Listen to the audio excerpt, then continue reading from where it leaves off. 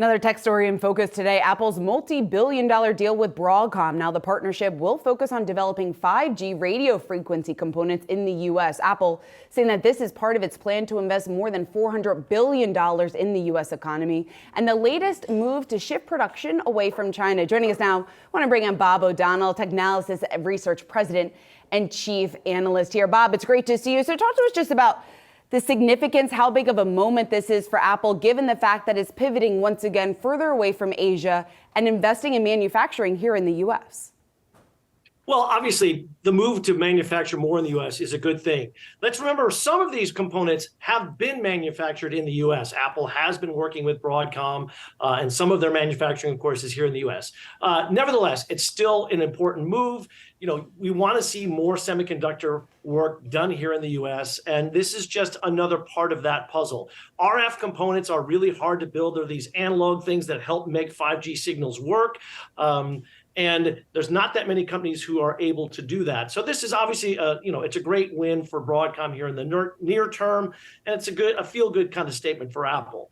I will say, longer term, there are some questions, though, because Apple is, of course, rumored to be building or trying to build a lot of these components. Of course, they're working on their own 5G modems. Right now, they're using Qualcomm, but the plan is to do their own. These RF components go alongside those modems. They're also at some point planning to do those. So, we'll see what happens. But what it says is, look, Apple needs help with some of these things. They're working with this U.S. company. They're going to probably bring 5G to more of their devices. Right now, it's really just the iPhone. We'll start to see it in the iPad, maybe in the headset at some point, if and when that does come out. Eventually, we'll have 5G Apple Watch. So, and then I think we'll see 5G in the Mac at some point as well. So, all of it is, I think, is generally positive moving forward. Bob, you read my mind on that because, Apple's made quite a few pivots when it comes to chips, moving away from Intel, then making that announcement about building internally. And then now we've got what's happening with Broadcom. What does this mean for what they're trying to do internally and build more of their stack?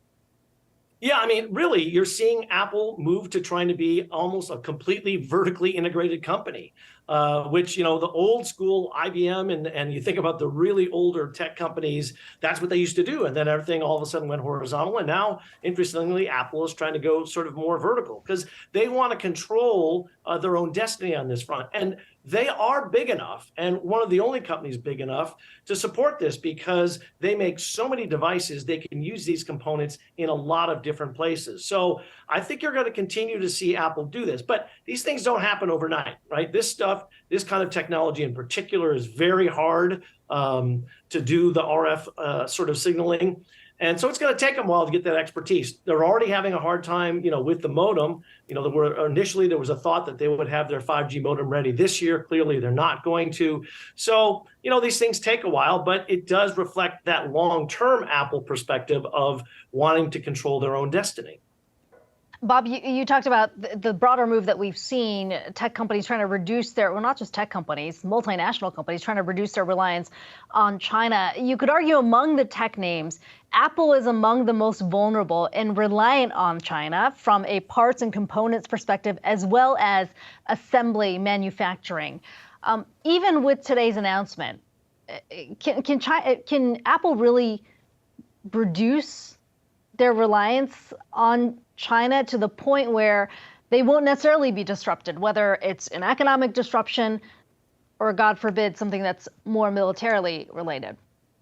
Yeah, no, Kiko, it's a good point. I mean, look, the reality is Apple has seen the issues. They're working to try and diversify manufacturing in particular. The final production of phones and all kinds of devices is still very, very reliant on China. And while they're making moves, again, they are so big, they can't do it all at once, and it's going to take a long time. So yeah, if God forbid there was a military sort of issue that required them to shut things down, that would be really bad for Apple, clearly. I mean, it would be bad for the tech industry in general, let's be clear, but Apple in particular is there. The one thing is, it does seem Apple has a special place in China. They seem to be sort of, they get extra special treatment, and I think they know they're handling China with kid gloves in terms of how they interact and work with the Chinese government in order to make certain things happen. And the truth is, there's a lot of very loyal Apple users in China. So frankly, the Chinese government has this challenge of, you cut off Apple stuff in China, you're going to get a lot of people very upset. So it's a careful walk that they have to take. But yes, clearly, I think you're going to see them try to diversify more geographically on individual components as well as manufacturing. And Bob, when it comes to diversifying geographically, there's been lots of talk and lots of emphasis here on India, whether or not India can become the new China for Apple. What do you think?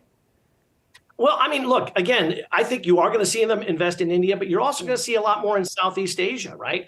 There's a lot of manufacturing going to Vietnam, some companies going to Malaysia. There's a lot of movement in that direction. And so I think you're going to see India get propped up, and there will be a lot of focus there. But again, it's a couple percentage of the market. And the difference with India versus China, for example, is that there are not as many Apple users in India. It's a much smaller percentage in terms of the share. So not that that necessarily matters where they do the manufacturing, but it has some degree of influence, I think. Yeah, the argument for years has been the higher price point, right, that Apple competes on, and whether that matches where the Indian market is. You talked about reducing the reliance on China, but when you think about where things are right now, I wonder if you can talk about how we have seen the reshaping of the landscape when it comes to chip makers, and how much of that has been spurred on by the CHIPS Act that was passed last year, because it feels like there have been so many announcements of investments coming into the U.S. Well, there definitely have, Akiko, and I do think some of it is CHIPS Act related. But I think there's also just this recognition that, people in the tech industry have known for a long time, but sort of the general world really discovered during the pandemic of, the devices we couldn't get, and we couldn't get them because of chips. You couldn't get a car because of some of these chips. And it turns out they were being manufactured almost entirely in China or in Taiwan, actually, where a lot of it is being done. And so I think there is this sense of, we really do need to do it. But again, I mean, unfortunately, Intel's building all these fabs. It's 3-4 years before you start to see any production out of them. You've got other companies. Global Foundries is another U.S. chip company that's been built. They've been building here in the U.S. for a long time. A couple other factories around the world as well.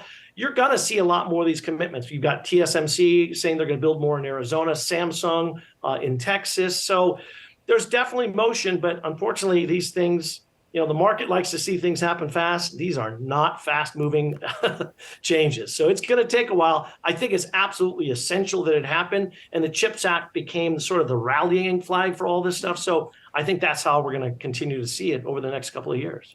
All right. We, of course, will continue following this story. Bob O'Donnell, thanks so much.